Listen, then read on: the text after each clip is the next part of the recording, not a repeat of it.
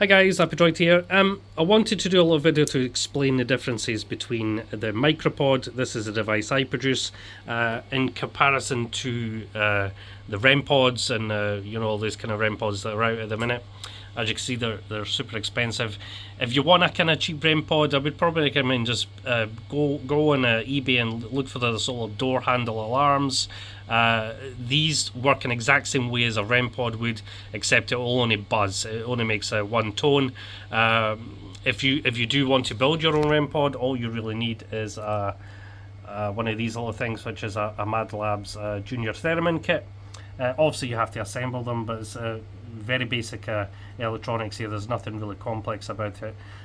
You could probably have this assembled within half an hour. Connect a 9-volt battery up and essentially have a Rempod. Most people obviously take out the antenna because the antenna isn't very long, and they would typically use one of these little rod antennas.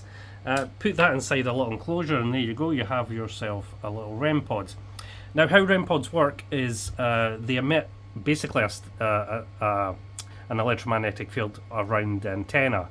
What that does is then it detects the capacitance from an organic object such as your hand. So you put your hand closer to that, it's going to detect a variance in the capacitance.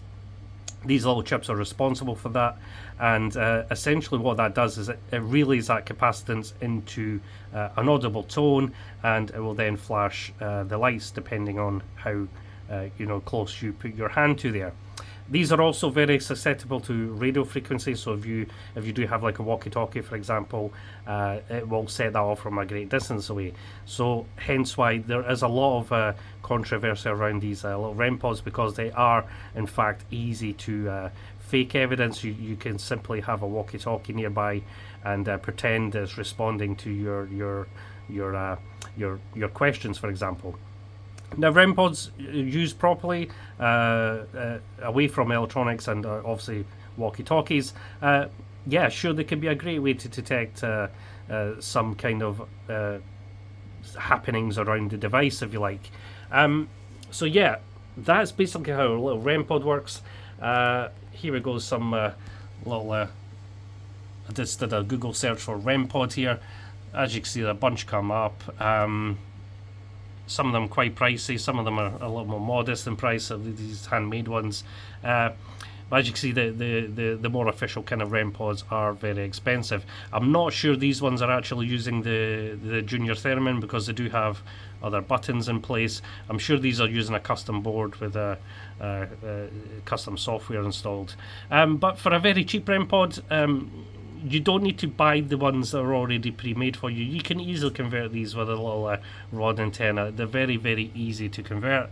They run on 9-volt batteries, and they essentially work in the exact same way as a normal Rempod does.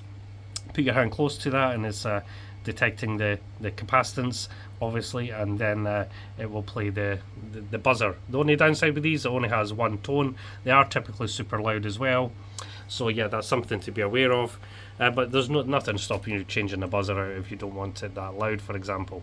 Anywho, how this one works, this doesn't emit its own energy bubble, or some ghost investigators typically tend to explain this as a kind of an imaginary bubble around the device. Essentially, all this is an electromagnetic energy around the device. It's detecting your hand or whatever's near it. This, however, doesn't emit its own imaginary bubble. This doesn't emit any energy whatsoever. It's actually detecting energy in the coil, essentially. So there is a little coil in here. It's measuring that energy that's around the device, and then translate that into the lights flashing, and obviously the buzzer will go off as well. It does have a little buzzer inside in that hole here. So essentially what you want to do is just turn it on, let it do its thing, and as you can see, me messing with it quite close isn't really disturbing it in any way, so it's not going to false trigger by people around it. Only really when you get up and mess with it and touch it and stuff, it will actually probably trigger.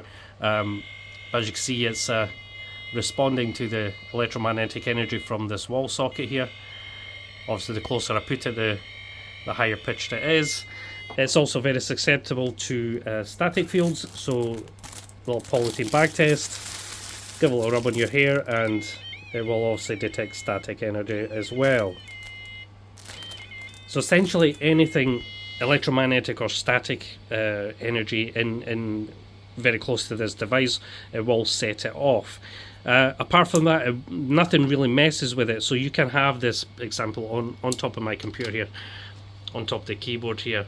Unless it's really putting out some kind of decent amount of EMF, it probably won't set it off. Obviously when I do put it, in fact, it's kind of messing with it there, but it stabilized itself.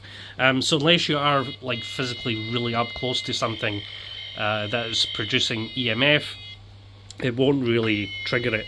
So I'm like a good, I've got my computer under here, it's not really detecting that in any way. So it's safe to be around the electronics as well. I've got my phone right up next to it. The phone isn't setting it off, as you can see.